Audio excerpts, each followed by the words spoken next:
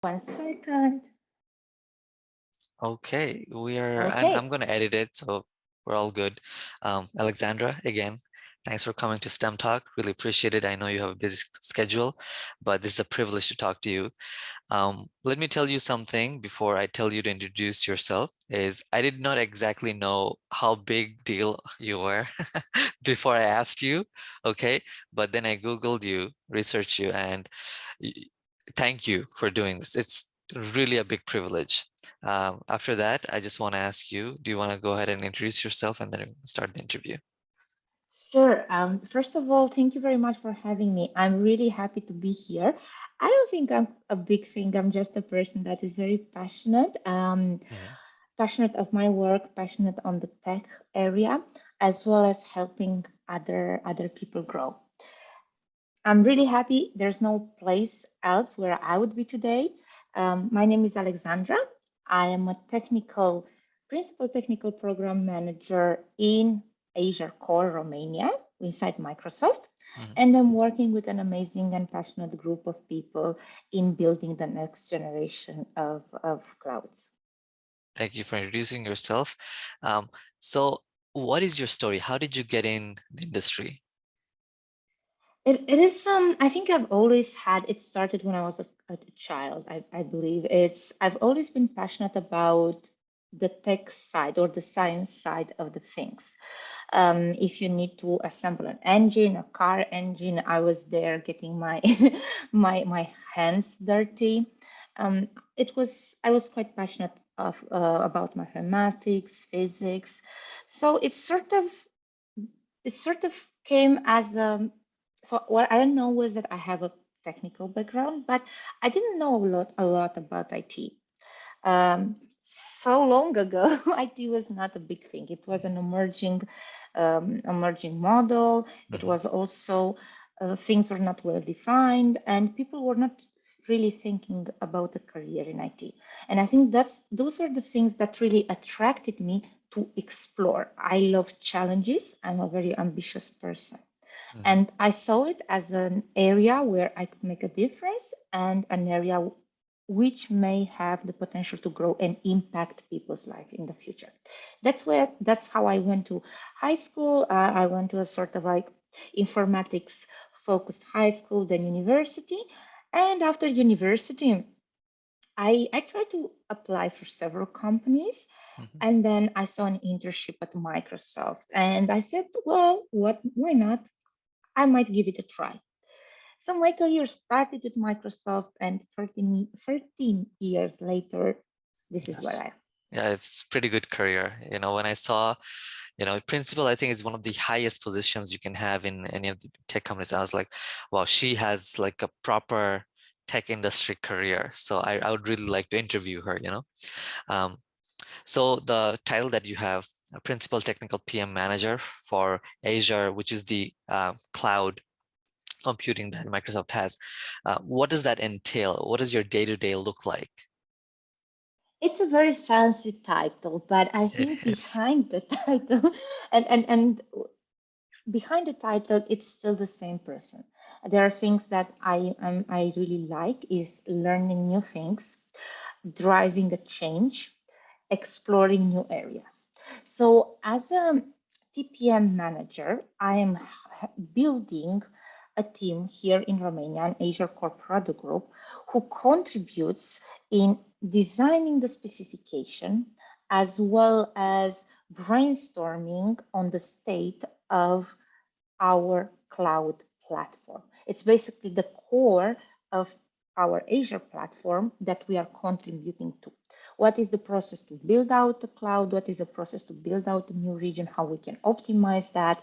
And we are also definitely very focused on security, privacy, and compliance. Customers come first, and everything related to protecting and honoring all the data privacy aspects are a priority for us.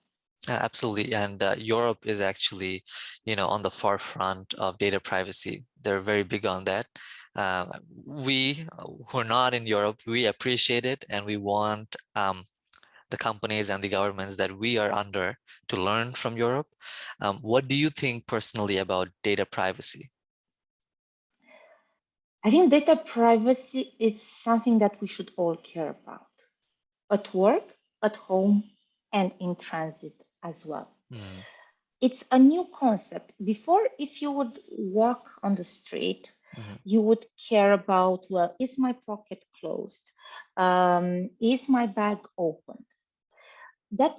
Those were the principles of security. Or when I go home, have I locked my door? Have I closed my windows?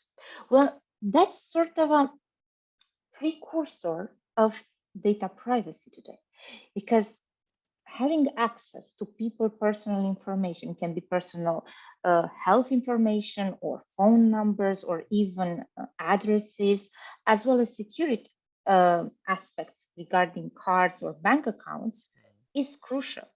The effect can be disastrous as well as in people's life, not only in organizations. So I believe it's not just a corporate world or a business world that should care about data privacy. It's also us. Do I care about my card? Do I care about my bank account? It's beyond physical.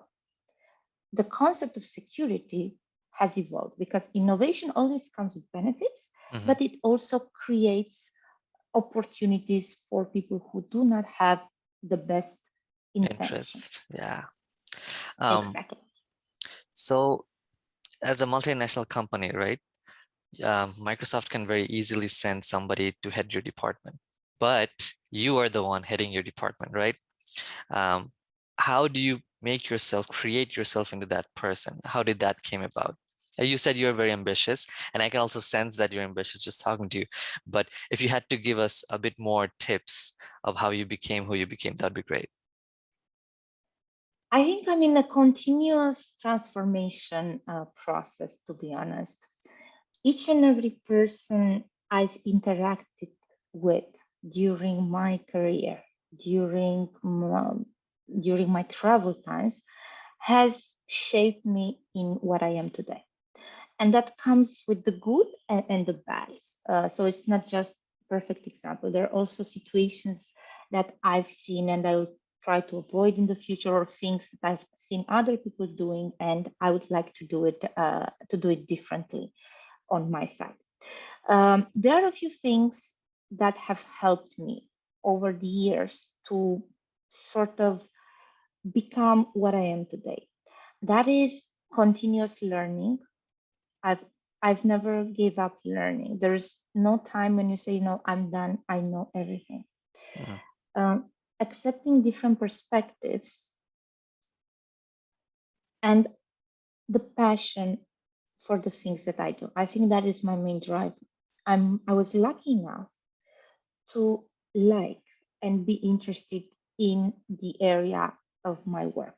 Most of the times for me, it was hard to sort of find hobbies. There's a section in an intro where say, what are your hobbies?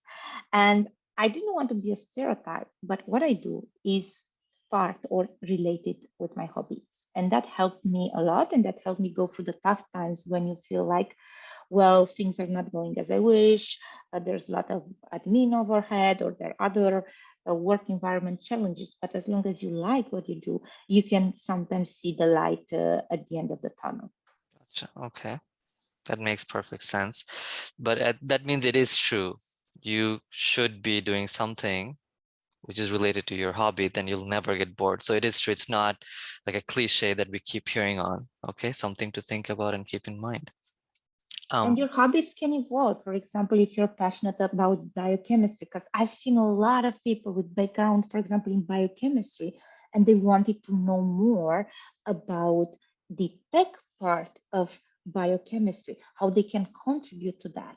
And they can merge two passions, or they can leverage one area of passion just by gaining a few skills in other ecosystems around that area. And we have people who had a financial background, for example, and if you combine that with a little bit of tech knowledge or a little bit of programming, want. or exactly, then you can take it to the next level. Yeah, I was actually planning on becoming a quant when I was in college. That's why became a data scientist. Never got to quant, didn't go that far, but I did become a data scientist. So something good happened. Yeah, you're right. I've seen that. If you want to leverage it and add something to it, it becomes something more marketable, right? Something people will pay you to make it happen. So yeah. Something else And that I want. Yeah, sorry. Go ahead. No, no, so no. Go ahead. I do What see is that? Mhm. technology as a framework. Okay. So technology itself is on a framework, but in order to make a framework applicable, you have to put it in a context. So if you have to have, for example, if you're going to the medical field, you need to have a little bit of both worlds to be able to deliver something that's going to have an impact for your customer and for your market. So just building products is not enough. Understanding the goal, the customers, and the market, it's, in my perception, one of the things that we sometimes overlook and we need to focus a little bit more. Yeah, got it. You guys do it pretty well. Companies like Microsoft, you guys do it pretty well. How can we build a data warehouse that can serve, Eastern Europe, right? Where do we put it? What's the best geolocation? I feel like you guys think about those in the brainstorming session. So that's what you're talking about, right? Yeah, those are pretty good. Definitely. Yeah. So that's a program management, I would say first priority is understanding who are our customers, what are the needs of our customer, and how we can transcend those perspectives and requirements into a roadmap and evolve the product. Do you sometimes think when you're building the roadmap, because I've been there, I've led a lot of teams in academia, at least like classes, right? And I put a lot of effort in just sitting down and thinking, what is the end product like, right? And the planning takes a while. And when I'm doing the planning, the others in the team, they don't like that. They just want to get the instruction from the professor and do the work. But it's just strategy kind of sometimes takes precedence over building the product. Because if you have the strategy right, you will build the product right. Is the mindset correct? Or am I? No, I would say yes, you're right. The Okay. mindset it is correct in the sense of the strategy is sort of the goal, the vision that you have for Yeah. the product. Wow. While you are planning and building the product, you are defining different stages. We all want to do everything by tomorrow, but in reality, you cannot have all the features in one day or in 3 months. Some of it may not even be technically possible, or you have dependency towards other technologies or constraints regarding the legal setup of the environment or privacy rules that would restrict you from reaching the North Star as fast as you want to. So I believe planning is a continuous process. I think the difficult part is finding the minimal viable version of the product. MVP. Exactly, that you're getting ready for the market. For me, sometimes I was struggling. It was a little bit difficult to decide because I want to deliver fast, but I also want to deliver something useful. And finding the balance between fast and depth of features, richness of functionalities hasn't always been an easy It's a task. challenge, isn't it? Yeah. It is, and sometimes you have to do trade-offs. Sometimes you just cut off features, favoring the delivery timeline or respecting the delivery timelines. Sometimes you would need to push the delivery timelines because those features are crucial for the adoption of your product. Something that else that you don't want to do is to launch a product fast enough, but don't have no adoption, or people They just don't use it, right? don't use it exactly, because That's then you just dangerous.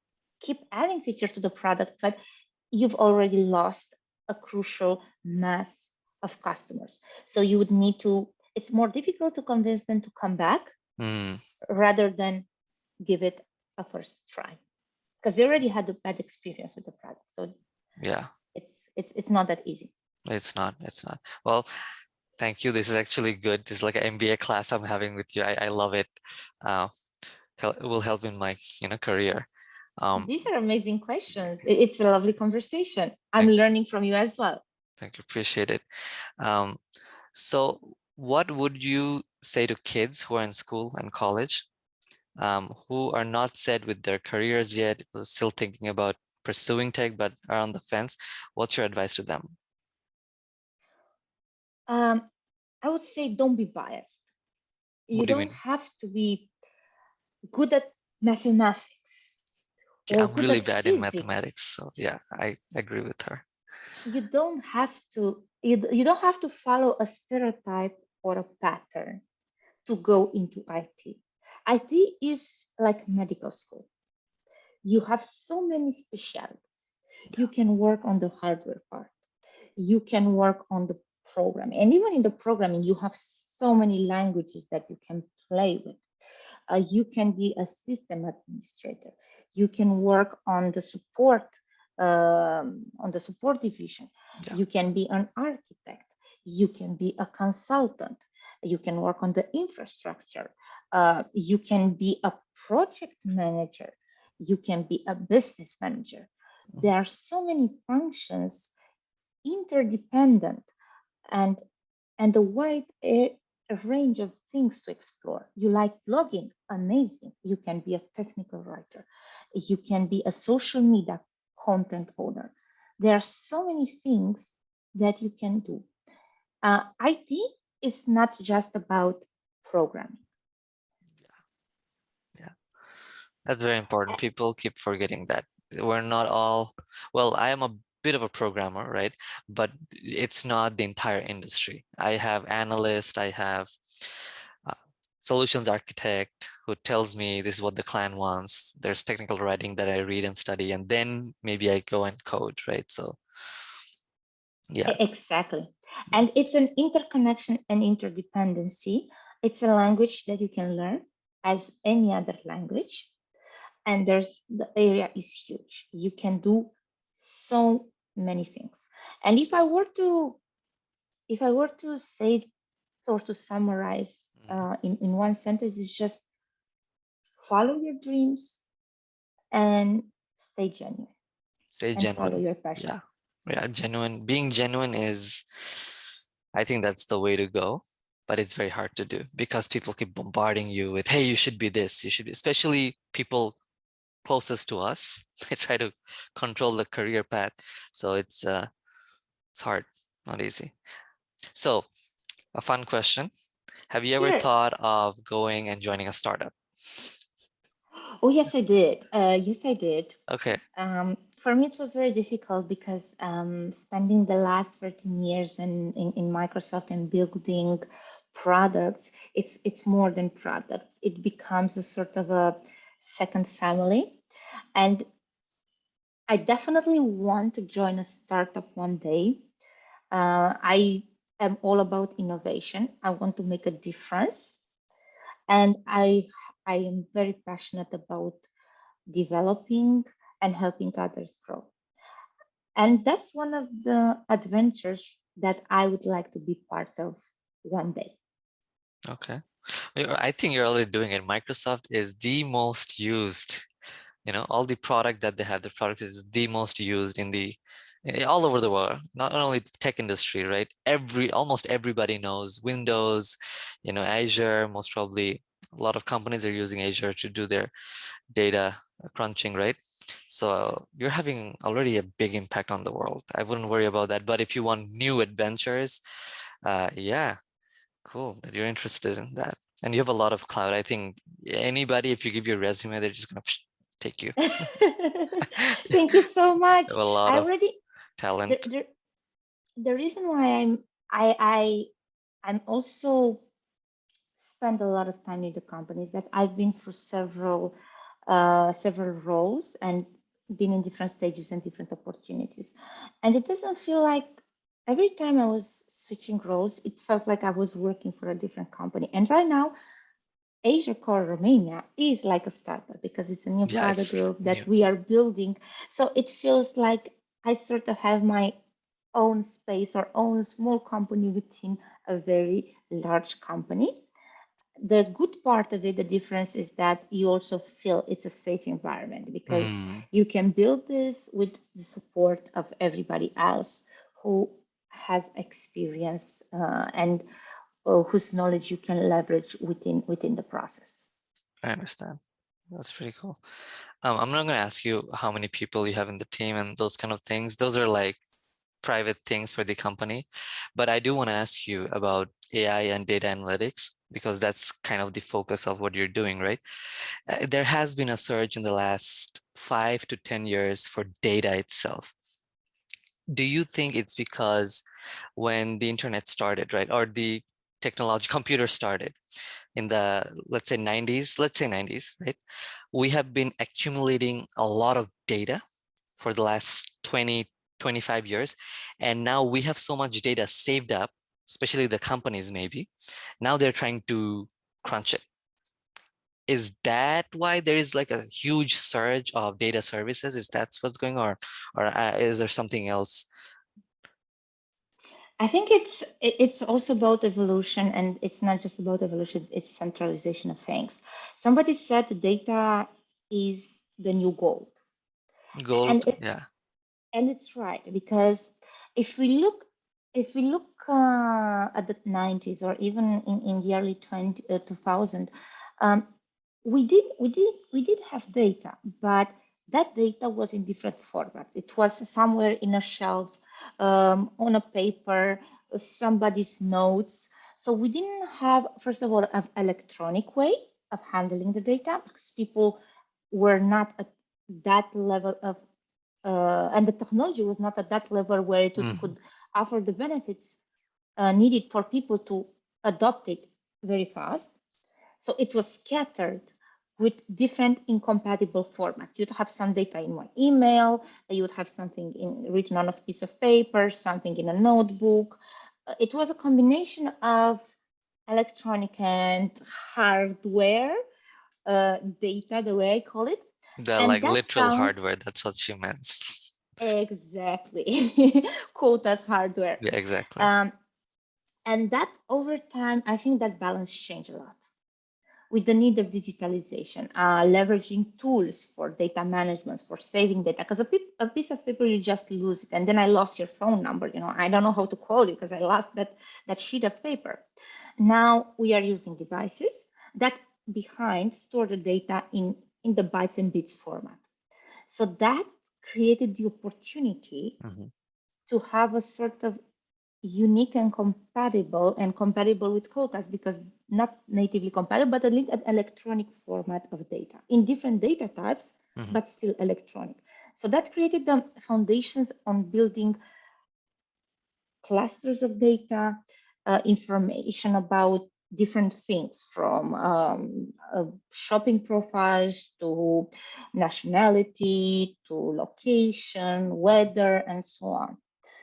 And that also sort of facilitated Mhm. connections and patterns. I think at the beginning of the data, we just had the data and we were looking like, I sold 3 computers. Okay, that means that next month I'm going to sell 5 computers and then 7 computers and so on. So we started handling and storing and analyzing the data in a very isolated manner. But then we started evolving because this is a very dynamic market where things shift fast. And then just looking at data in an isolated fashion, it's not enough to predict what's going to happen. So there are correlations. Maybe a person who goes and buys a beer will also buy some popcorn. And that's what I've seen. So I'm going to structure the merchandise in my supermarket. I'm going to have a beer and a popcorn next to each other, and that's going to drive the sales. And that's going to give a lot of customer satisfaction. Mhm. So we started evolving towards a correlation.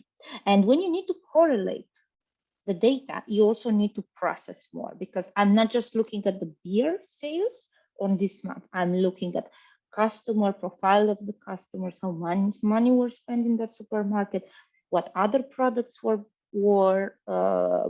bought in the But same yeah. time, and what's the profile and the correlation, and how can I address that person's needs and preference proactively Mhm. in a very dynamic environment. Makes sense. Things right now don't last forever. It's not like, well, when I was very young, we had a Dacia car. It was there for 15, like a very Romanian traditional car, 15, 20 years.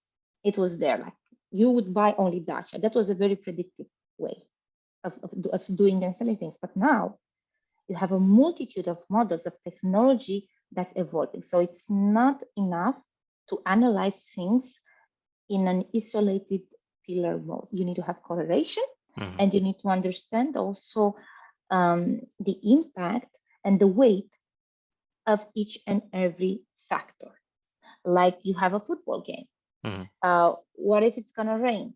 How is that going to affect people? Or what if it's going to be very hot outside? Are the players used to that weather, or are they coming from Arctic area and they will underperform at 100 degrees Fahrenheit? Sports analytics. Exactly, exactly. It's all about understanding. It's more about the what. I sold 3 beers, and we are focusing on why. Mhm. And I think there's a time constraint also, because things are changing so fast. You want to know it for this specific period, right? It's not going to Exactly. be 1 year, 1 year, 1 year. No, it's like what's next in the moment, exact moment, right?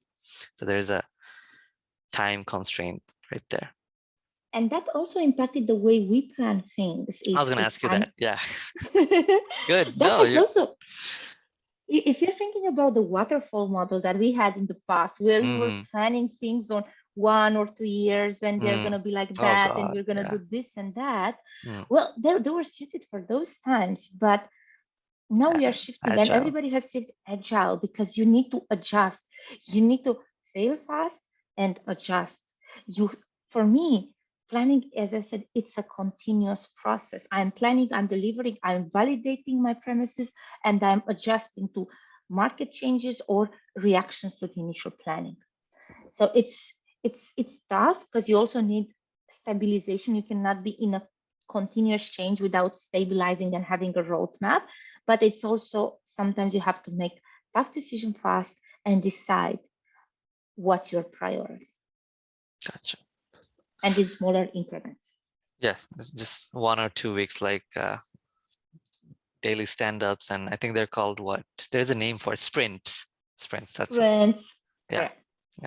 Yeah. We are almost on the tail end of the interview. I have one more question left. Um, if you had all the power in the world, what would your planet Earth look like? um, I'm not sure I would like to have that responsibility. It would feel like I would have the entire world on my shoulder. I think sometimes people see power like a goal, but they don't see the responsibility and the decisions associated with that. If that would be the case, I would like to live in a world where people can still have different perspectives, Oh, nice. where everybody can bring something different on the table, because I think that makes our world beautiful. Uh, I would wish for honesty. That would make communications easier. Yeah, And for people to smile and find happiness in the things that they do, rather than pursue it as an abstract goal. right.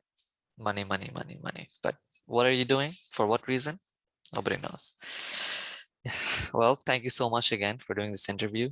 If you have any more questions for me before we end the interview, please go ahead and ask, or else we can wrap this up. This was incredible. Thank you. Thank you so much, Fahim. I'm really honored for choosing me. This is an amazing experience for me.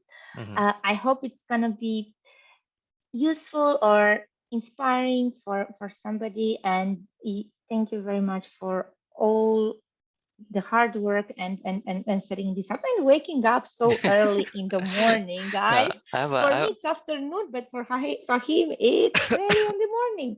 yeah, no, I have a job. I have to go anyway, so it's good that I woke up in the morning. So again, thank you so much. And I'm going to stop recording now. Appreciate it. Okay.